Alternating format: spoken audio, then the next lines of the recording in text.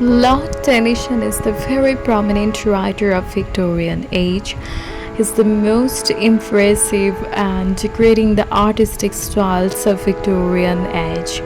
And this is the story of Lady of Shalott. Lady of Shalott based on the Arthurian story of Aislinn of Astolat, sometimes called Lily Maid of Astolat.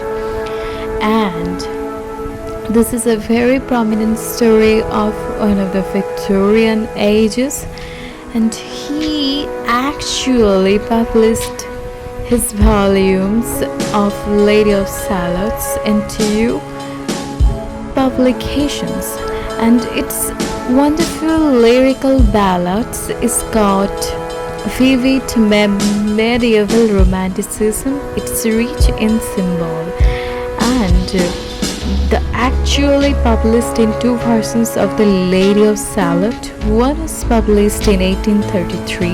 It was 20 stanzas long. He then made a change and he brought out a new version of the poem in 1842, and this version is 19 stanzas. Tennyson loved thinking with his poems. He would often not let a good poem rest. The Lady of Shalott inspired great number of different artists, particularly the Pre-Raphaelite Brotherhood painters such as John William Waterhouse, Lizzie Siddle, John Atkinson Grimshaw, William Moore Egerley, Walter Carn, Dante Gabriel Rossetti, and William Hulmer Hand. So those are just a few of the painters who have wanted to depict sinners from this wonderful poem. It's also been asked. It appears in Anne of Green Gables. It mentions the crime of Miss Jane Brewley. Agatha Christie used a line from it from one of the titles, as did Alan Bradley, and Jasper Folds also references his fabulous poems. So come with me on a journey through the poems, Lady of Shalott.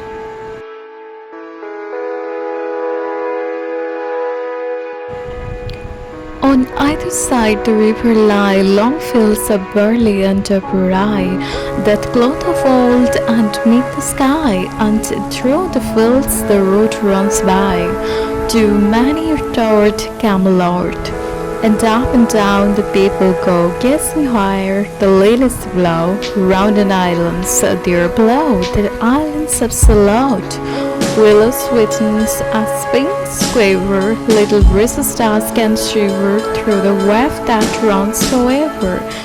By the island and the river flowing down of Camelot, four grey walls and the four grey towers overlooked a space of flowers, and the silent isle embowers the Lady of Shalott. By the margin willow veiled, side the heavy Bacchus trailed, by slow horses and unheld, the Shalott afflicted silken sailed, skimming down up to Camelot. But who hath seen her wave her hands, or at the casement seen her stand?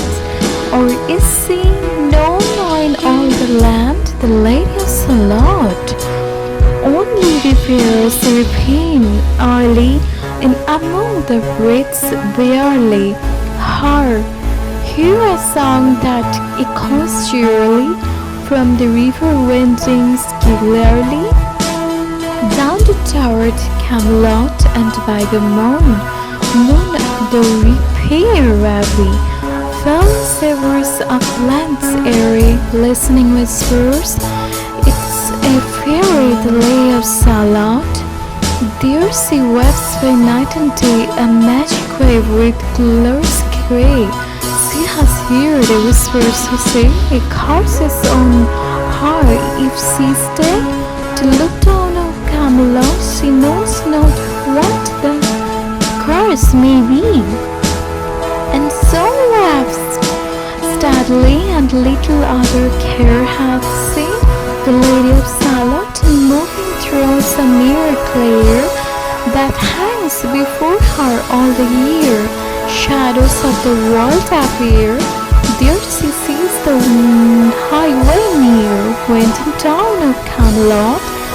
There the river eddy wails, and there are the showy village calls, and the red clocks the market calls pass onward from Shalott. Sometimes a troop of damsels glad, and a boat on an ambling pad. Sometimes a collie saffron clad or long-haired page in crimson clad goes by towards Camelot, and sometimes through the mirror blue the knights come riding two and two. She has no loyal knight untrue, the Lady of Shalott, but in her wave she still delights to wave the mirror's magic slide, for often through the slide silent nights, a funeral with plumbers and lights and music went to Camelot, or when the moon was overhead, come two young lovers lately wed. I am happy sick of shadows, said the Lady of Shalott. A post out from her bower's wavers, he rode between the barley sheaves. The sun came dazzling through the leaves, and flamed upon the basin gates of blood-shed Lancaster, and the red grass knight forever medal to a lady in his slide that sparkles on the yellow fields beside remote Shalott. The creamy bells glittered free like to some fringe of stars we see, hung in the golden galaxy. The bridal bells rang merrily as he rode down to Camelot, and from his blazard Vladric slung a mighty silver badge hung, and as he rode his armor rung beside remote Shalott.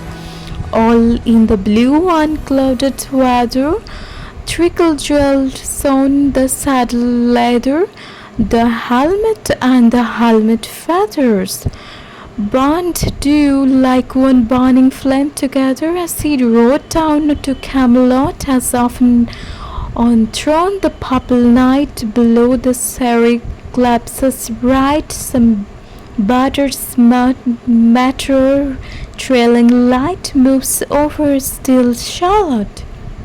His broad clear broad sunlight glowed on Brownie's hoofs, his warehouse trod from underneath his helmet flowed his coal black curls as on her, and as he rode down to Camelot from the bank and from the river, he flashes into the crystal mirror, Troialaria by the river sang Sir Lineators. She left the waves, she left the loom, she made 3 paces through the rooms, she saw the helmet and the plum, she looked down the Camelot, our fleet the wave and the floated wide, the mirror shakes from side to side, the curses come upon me, cried the Lady of Shalott. In the stormiest wind string the pale yellow woods wave waning, the broad stream in his banks complaining heavily, the low sky raining over towered Camelot. Down she came and found a boat beneath a willow leaf afloat, and round about the prow she rode the Lady of Shalott, and down the river's dim expanse like some blood seer in the trains, sing all his own mischance with a glassy countenance. Did she look to Camelot, and at the closing of the day she loses the chair, and down she lay The boat stream bore her far away, Lady of Shalott. Who is this, and what is here? And in the lightened place near died the sound of royal cheer, and they crossed themselves for fear. All the knights of at Camelot, but Lancelot muses the little space. He said she has a lovely face, God in his mercy lent her grace, the Lady of Shalott. So I hope you guys enjoy my video. Thank you for watching my video.